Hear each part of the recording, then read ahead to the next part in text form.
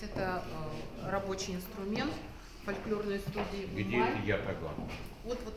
Как жили сибирские татары до революции, как течет их культурная жизнь в настоящие дни. С экскурсии по центру татарской культуры начался Тюменский форум татарской молодежи. Участники из Тюмени, Тобольска, Омска, Сургута, Урая, Перми, Санкт-Петербурга и Москвы и Казани встретились для общения, опыта и новых идей. Инициатор мероприятия – молодежная организация «Яшбуин». С внушительным даже не для молодежной организации стажем – 20 лет. Конкретно собрались-то обсуждать, у кого какие проблемы, у кого какие проекты, чем мы можем поделиться, что у них можем новое взять.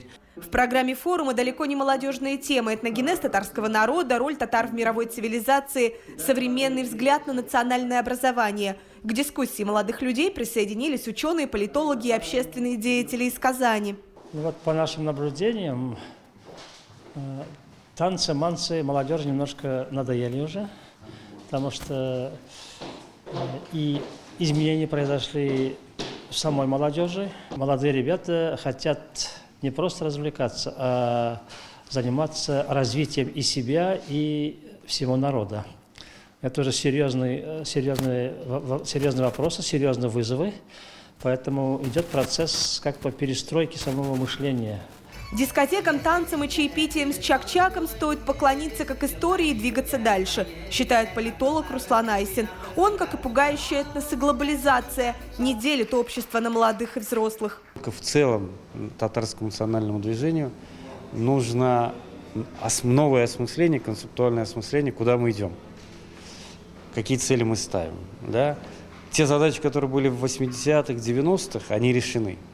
Созданы общественные организации татарские, ансамбли, песни, пляски, все это есть. Налажено взаимодействие с местными органами власти, но дальше нужна новая ступень развития.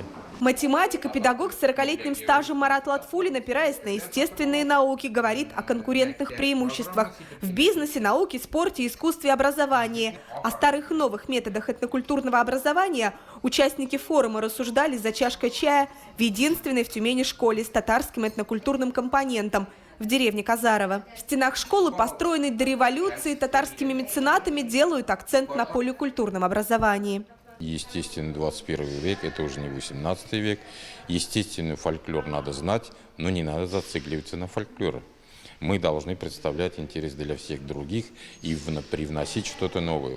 По международным нормам знание родного языка – это главная образовательная компетенция. Только человек, знающий родной язык, считается образованным. Это норма международная.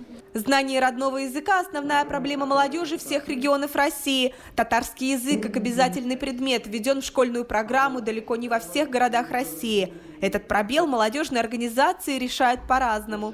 Я приехал из города Сургута, из чудесного союза татарской молодежи города Сургута. При НКАТ города Сургута, это национальный культурный татар, который у нас уже с давних пор в Сургуте славится тем, что мы занимаемся непосредственно сохранением культурных традиций. А самое главное – это наш родной язык татарский. Тем самым немножко дам афишу. У нас 18 ноября открывается татарский разговорный клуб в городе Сургуте. Как раз таки автономии проводить будем еженедельно татарские вечера, где будем общаться на татарском частично, где-то обучаться и совершенствовать себя до уже идеалов, даже если не боюсь слова, тукайского языка, адабият теле. У нас в городе есть татарский национальный садик, который называется Чулпан. Там детей обучают татарскому языку, с ними общаются на татарском языке, у них полностью национальный колорит. Но есть еще воскресная школа, там человек 10, наверное, немного еще, к сожалению, детей.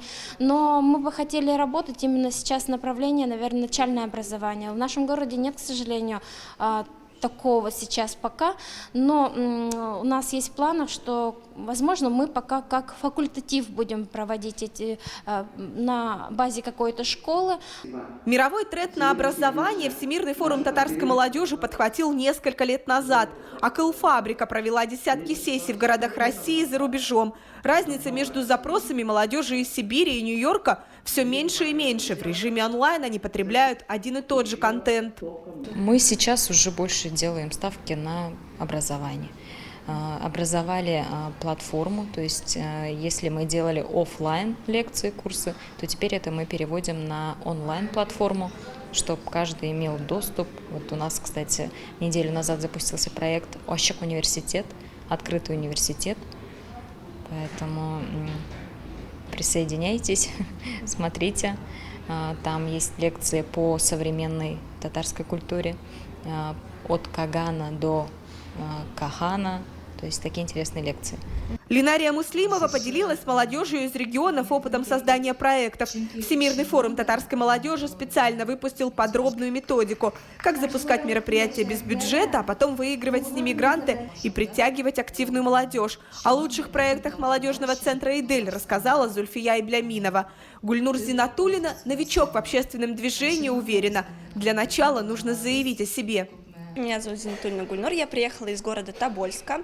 В этом году у нас появилась такая идея, что необходимо начинать молодежное движение в городе Тобольске, так как там молодежи татар очень много, таких каких-то движниковых мероприятий, что-то, что было интересно для молодежи, там нет. В основном там проводятся культурные мероприятия для детей и для старшего поколения.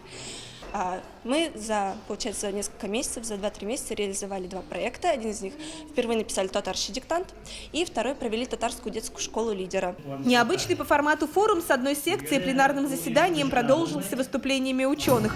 Вместо автопати концерт под чак-чак с чаем. Все-таки нажитые годами традиции в Сибири меняются не так быстро, как на другом континенте. София Хайруллина, Рустам Салтукиев, ТНВ Тюмень.